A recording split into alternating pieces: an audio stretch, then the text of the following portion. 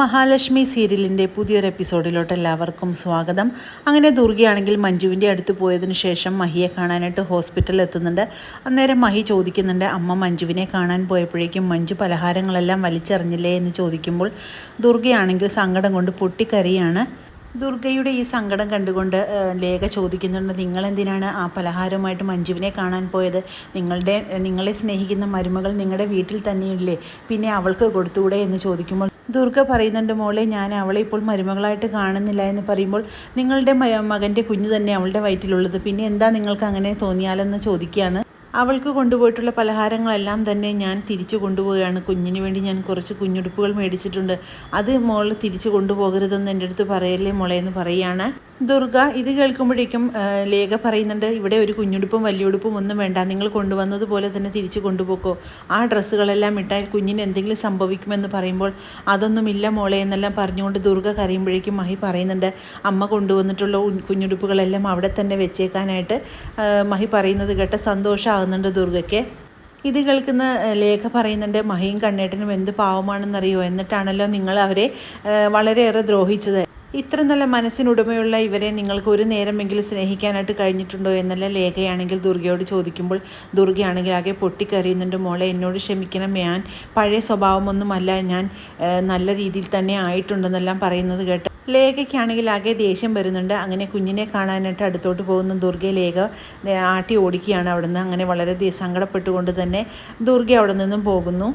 പിന്നീട് പ്രാർത്ഥനയിൽ മുഴുകിയിരുന്ന മുത്തശ്ശിയുടെ അടുത്തോട്ട് നമ്മുടെ കരുണ വരുന്നുണ്ട്. എന്നിട്ട് കരുണ പറയുന്നുണ്ട്, ഇപ്പം മൂദേവി കയറിയിരിക്കുന്നത് എൻ്റെ മേത്താണെന്ന് പറയുമ്പോൾ മോളെ നീ വഴക്കിട്ടിട്ടാണോ അവിടെ നിന്ന് വന്നിരിക്കുന്നതെന്നല്ല മുത്തശ്ശി ചോദിക്കുന്നുണ്ട്. എനിക്ക് ഇഷ്ടപ്പെട്ട പലഹാരം പോലും ഉണ്ടാക്കി തരാൻ അവിടെ ആരുമില്ല, അവരുടെ മകൾക്ക് വേണ്ടിയാണ് അവർ പലഹാരമെല്ലാം ഉണ്ടാക്കുന്നതെന്നെല്ലാം പറയുമ്പോൾ എൻ്റെ മോൾക്ക് ആരും എന്താ പലഹാരം ഉണ്ടാക്കി തരാത്തതെന്നെല്ലാം ചോദിച്ചുകൊണ്ട് മുത്തശ്ശിയാണെങ്കിൽ ആകെ ദേഷ്യപ്പെടുന്നുണ്ട്. എന്നിട്ട് പറയുന്നുണ്ട്, അവരുടെ മോളും ഗർഭിണിയല്ലേ, അതുകൊണ്ടായിരിക്കും അവർക്ക് പലഹാരം ഉണ്ടാക്കി കൊടുക്കുന്നതെന്നെല്ലാം പറയുന്നുണ്ട്. അവൾ കഴിച്ചതിന് ശേഷം ബാക്കിയുണ്ടെങ്കിൽ എന്തെങ്കിലും എടുത്ത് കഴിച്ചോളാനായിട്ടാണ് അവരെന്നോട് പറഞ്ഞതെന്നെല്ലാം മുത്തശ്ശിയോടായിട്ട് പരാതി പറയുന്നുണ്ട് കരുണ. ഇത് കേൾക്കുമ്പോഴേക്കും മുത്തശ്ശിക്കാണെങ്കിൽ ആകെ ദേഷ്യം വരുന്നു. അങ്ങനെ കരുണ പറയുന്നുണ്ട്, ഞാൻ വേറൊരു കാര്യം കൂടി പറയാനാണ് വന്നത്. നഷ്ടപരിഹാര തുക കണ്ണേട്ടനും അമ്മയും ഒന്നും വേണ്ട എന്ന് വെച്ചാലും ഒരാൾ മാത്രം അത് വേണ്ടാന്ന് വയ്ക്കാൻ തയ്യാറല്ല എന്ന് പറയുമ്പോഴേക്കും മുത്തശ്ശി വിചാരിക്കുന്നുണ്ട് അത് മഞ്ജു ആണെന്ന്. പക്ഷേ മഞ്ജു അല്ല, അത് ഉണ്ണിയേട്ടൻ തന്നെയാണെന്ന് പറയുന്നത് കേൾക്കുന്നതും മുത്തശ്ശിയാണെങ്കിൽ ആകെ ഞെട്ടിത്തെറിച്ചു പോകുന്നു. അങ്ങനെ മുത്തശ്ശി മനസ്സിൽ വിചാരിക്കുന്നുണ്ട്, ഇവനിക്ക് ഞാൻ എത്രത്തോളം വസ്തുവകകൾ കൊടുത്തതാണ്, എന്നിട്ട് പോലും ഇവനിക്ക് യാതൊരുവിധ മാറ്റവും ഇല്ലല്ലോ എന്ന് മനസ്സിൽ കരുതുന്നു. ഉണ്ണിമോൻ അങ്ങനെ പറഞ്ഞോ എന്നെല്ലാം ചോദിക്കുമ്പോഴേക്കും എൻ്റെ മുഖത്ത് നോക്കി അയാൾ പറഞ്ഞു എന്നെല്ലാം കരുണ പറയുന്നത് കേട്ട് മുത്തശ്ശി പറയുന്നുണ്ട്, എനിക്കൊന്ന് ഉണ്ണിമോനെ കാണണം, ഞാനും കൂടി വരുന്നുണ്ടെന്നെല്ലാം പറഞ്ഞുകൊണ്ട് അവർ രണ്ടുപേരും കൂടെ കമലേശ്വരത്തോട്ട് പോകുകയാണ്. ഇവരെ രണ്ടുപേരെയും ദുർഗ കാണുമ്പോഴേക്കും ദുർഗയ്ക്കാണെങ്കിൽ ആകെ ദേഷ്യം കൊണ്ട് വിറയ്ക്കുകയാണ്. അങ്ങനെ ദുർഗ ചോദിക്കുന്നുണ്ട് കരുണയോട്, നീ എങ്ങോട്ടാടി ഈ സമയത്ത് പോയതെന്നെല്ലാം ചോദിച്ച് ദേഷ്യപ്പെടുകയാണ് മുത്തശ്ശിയുടെ മുന്നിൽ വെച്ച്. അപ്പോഴേക്കും മുത്തശ്ശി പറയുന്നുണ്ട്, അവളെ എന്നെ കാണാനായിട്ട് അങ്ങോട്ട് വന്നതാണെന്ന് പറയുമ്പോൾ ഇവരെ കാണാനായിട്ട് ഇടയ്ക്കിടയ്ക്ക് ഇവിടെ നിന്ന് പോകരുതെന്നല്ലേ നിന്നോട് പറഞ്ഞത്, നീ ഇവിടെ ജീവിക്കാനുള്ളവളാണെങ്കിൽ ഇവരെ കാണാനായിട്ട് ഇനി ഇങ്ങനെ പോകാനായിട്ട് പറ്റില്ല എന്ന് ദുർഗ പറയുന്നുണ്ട്. അപ്പോഴേക്കും മുത്തശ്ശി പറയുന്നുണ്ട്, മോളുടെ മുഖത്ത് ഇപ്പോൾ ഈ സമയത്ത് നല്ല പ്രസരിപ്പുണ്ടാകേണ്ടതാണ്, ഇപ്പോൾ അതില്ല എന്ന് പറയുമ്പോൾ ഇവളുടെ മുഖത്ത് പ്രസരിപ്പുണ്ടായിട്ടുണ്ടെങ്കിൽ ബാക്കിയുള്ളവരുടെ പ്രസരിപ്പ് പോയി കിട്ടുമെന്നെല്ലാം പറയാണ് ദുർഗ. അപ്പോഴേക്കും എനിക്ക് ഉണ്ണിമോനെ ഒന്ന് കാണണമെന്ന് മുത്തശ്ശി പറയുമ്പോഴേക്കും നിങ്ങൾ എന്തിനാണ് അവനെ കാണുന്നതെന്ന് പറയുന്ന സമയത്ത് ഉണ്ണിയാണെങ്കിൽ അങ്ങോട്ട് വരുന്നുണ്ട്. അങ്ങനെ ഉണ്ണിയെ കാണുന്നതും മുത്തശ്ശിയും കരുണയും എല്ലാം ആണെങ്കിൽ അങ്ങനെ നോക്കിക്കൊണ്ട് നിൽക്കുകയാണ്. അങ്ങനെ ഉണ്ണി താഴോട്ടിറങ്ങി വരുന്നതും എനിക്ക് മോനെ കാണാനായിട്ട് വന്നതാണ്, എനിക്കൊരു അത്യാവശ്യ കാര്യം പറയാനുണ്ടെന്നെല്ലാം പറഞ്ഞുകൊണ്ട് മുത്തശ്ശിയാണെങ്കിൽ ഉണ്ണിയെയും കൊണ്ട് പുറത്തോട്ട് പോകുന്നു. എന്നിട്ട് ഉണ്ണിയോടായിട്ട് മുത്തശ്ശി പറയുന്നുണ്ട്, മോന് ഞാൻ ആവശ്യമുള്ളതെല്ലാം തന്നില്ലേ, പിന്നെ എന്തിനാണ് അച്ഛൻ്റെ നഷ്ടപരിഹാര തുക വേണമെന്ന് മോന് ഇങ്ങനെ വാശി പിടിക്കുന്നതെന്ന് ചോദിക്കുമ്പോഴേക്കും ഉണ്ണി പറയുന്നുണ്ട്, നിങ്ങളതിന് എനിക്ക് കുറച്ച് സ്വർണവും കുറച്ച് പ്രോപ്പർട്ടിയും അല്ലേ തന്നിട്ടുള്ളൂ, പൈസയായിട്ടൊന്നും എനിക്കൊന്നും തന്നിട്ടില്ലല്ലോ എന്ന് പറയുമ്പോഴേക്കും മുത്തശ്ശിയാണെങ്കിൽ ഇത് കേൾക്കുമ്പോൾ ഞെട്ടിത്തെറിച്ച് പോകുന്നുണ്ട്. മുത്തശ്ശി പറയുന്നുണ്ട്, മോനെ കണ്ണായ സ്ഥലമാണത്, അതല്ലേ ഞാൻ മോന് തന്നത്, എൻ്റെ കരുണമോൾക്ക് കൊടുക്കാനായിട്ട് വെച്ച മുതലാണ്, അതാണ് ഞാൻ നിനക്ക് തന്നത്, എന്നിട്ടാണോ നീ ഇങ്ങനെയെല്ലാം പറയുന്നതെല്ലാം മുത്തശ്ശി ചോദിക്കുമ്പോൾ അതിനുള്ള മറുപടിയായിട്ട് നമ്മുടെ ഉണ്ണി പറയുന്നുണ്ട്, ഇതൊന്നും എനിക്ക് പോരാ, എനിക്ക് പൈസയായിട്ട് തന്നെ വേണമെന്നെല്ലാം പറഞ്ഞുകൊണ്ട് മുത്തശ്ശിയുടെ നേരെ ദേഷ്യപ്പെടുകയാണ് ഉണ്ണി.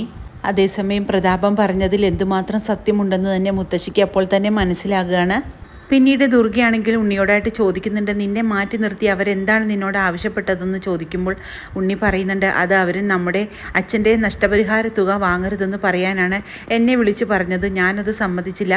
ഞങ്ങളത് വാങ്ങിയിരിക്കുന്നു. ഞങ്ങൾ മക്കളുടെ അവകാശമാണെന്നെല്ലാം ഞാൻ പറയുന്നതെന്നെല്ലാം പറയുമ്പോഴേക്കും ദുർഗ പറയുന്നുണ്ട്, മോനെ അത് നമുക്കൊരിക്കലും വേണ്ട. നമ്മുടെ അച്ഛൻ്റെ ജീവൻ്റെ വിലയാണത്. അതുകൊണ്ട് നമുക്ക് ആ പൈസയുടെ ഒരാവശ്യവുമില്ല എന്നെല്ലാം ദുർഗ പറയുന്നത് കേട്ട് കണ്ണൻ പറയുന്നുണ്ട്, ശരിയാണ്, എനിക്കും ആ പൈസയോട് യാതൊരുവിധ താല്പര്യമില്ല. ആ പൈസ നമുക്ക് ഒട്ടും ദഹിക്കില്ല എന്നെല്ലാം കണ്ണൻ പറയുന്നത് കേട്ട് ദേഷ്യപ്പെട്ടുകൊണ്ട് തന്നെ ഉണ്ണി പറയുന്നുണ്ട്, എനിക്ക് ആ പൈസ നന്നായിട്ട് ദഹിക്കുമെന്ന് പറയുന്നത് കേട്ട് കണ്ണനാണെങ്കിൽ ആകെ ദേഷ്യം വരുന്നുണ്ട്. ആ പൈസ ഒരിക്കലും നമ്മുടെ അച്ഛൻ്റെ ജീവൻ്റെ വിലയേക്കാൾ വലുതല്ല എന്നെല്ലാം കണ്ണൻ പറയുന്നത് കേട്ട് ദേഷ്യപ്പെട്ടുകൊണ്ട് തന്നെ ഉണ്ണി പറയുന്നുണ്ട്, നിങ്ങൾക്കെല്ലാം ആ പൈസ അങ്ങനെയാണെങ്കിൽ എനിക്ക് ആ പൈസ നല്ല രീതിക്ക് തന്നെ ദഹിക്കും. അതുകൊണ്ട് ഞാൻ ഈ നഷ്ടപരിഹാര തുക ആവശ്യപ്പെടുമെന്നെല്ലാം പറഞ്ഞുകൊണ്ട് ദേഷ്യപ്പെട്ടുകൊണ്ട് തന്നെ ഉണ്ണി അവിടെ നിന്ന് പോവുകയാണ്. പിന്നീട് കരുണയാണെങ്കിൽ ഉണ്ണിയോടായിട്ട് ചോദിക്കുന്നുണ്ട്, അമ്മയ്ക്കും കണ്ണേട്ടനും വേണ്ടാത്ത ആ നഷ്ടപരിഹാര തുക ഉണ്ണിയേട്ടൻ എന്താണ് ഇത്ര നിർബന്ധമായിട്ട് ചോദിക്കുന്നതെന്ന് ചോദിക്കുമ്പോൾ അപ്പോഴേക്കും ഉണ്ണി പറയുന്നുണ്ട്, എനിക്കാണ് ഈ വീട്ടിലൊന്നും കിട്ടാത്തത്. മഞ്ജുവിനും കണ്ണേട്ടനും എല്ലാമായി എനിക്ക് മാത്രമാണ് ഇവിടെ ഒന്നുമില്ലാത്തത്. എനിക്ക് നഷ്ടപ്പെട്ടു പോയതെല്ലാം എനിക്ക് തിരിച്ചു പിടിക്കണം. അതുകൊണ്ട് ഏതറ്റം വരെ പോകാനും ഞാൻ തയ്യാറാണെന്നെല്ലാം ഉണ്ണി പറഞ്ഞുകൊണ്ട് അവിടെ നിന്നും പോകുന്നു. പിന്നീടാണെങ്കിൽ വാമദേവനെ കാണാനായിട്ട് ഉണ്ണിയാണെങ്കിൽ ജയിലിലെത്തുകയാണ്. അങ്ങനെ വാമദേവൻ ഉണ്ണിയെ കാണുന്നതും ആകെ വല്ലാത്ത ഒരു വിഷമത്തോടു കൂടി തന്നെ വരികയാണ്. അങ്ങനെ ഉണ്ണിയാണെങ്കിൽ വാമദേവൻ്റെ അടുത്ത് ചെന്നിട്ട് പറയുന്നുണ്ട്, നിങ്ങൾ എൻ്റെ അച്ഛനെ കൊല്ലുന്ന കൊലയാളിയാണ്. നിങ്ങളുടെ കൂടെ ഞാൻ എത്ര കാലം വിശ്വസിച്ച് നിന്നു. അപ്പോഴൊന്നും എനിക്ക് നിങ്ങളാണ് എൻ്റെ അച്ഛൻ്റെ കൊലയാളി എന്നുള്ള കാര്യം മനസ്സിലായില്ല. അതുകൊണ്ട് നിങ്ങളെയെല്ലാം ഒരു പാഠം പഠിപ്പിക്കാൻ തന്നെയാണ് ഞാൻ തീരുമാനിച്ചിരിക്കുന്നതെന്നെല്ലാം ഉണ്ണി പറയുന്നത് കേട്ട് വാമദേവനാണെങ്കിൽ ആകെ ഞെട്ടിത്തരിച്ച് പോകുകയാണ്. അങ്ങനെ വളരെ ത്രില്ലിംഗ് ആയിട്ടുള്ള ഒരു എപ്പിസോഡുകളാണ് ഇനി വരാനിരിക്കുന്നത്. ഈ റിവ്യൂ ഇഷ്ടമാകുകയാണെങ്കിൽ ലൈക്കും ഷെയറും സബ്സ്ക്രൈബും ചെയ്ത് സപ്പോർട്ട് ചെയ്യണേ. പുതിയൊരു എപ്പിസോഡിനായിട്ട് നമുക്ക് കാത്തിരിക്കാം.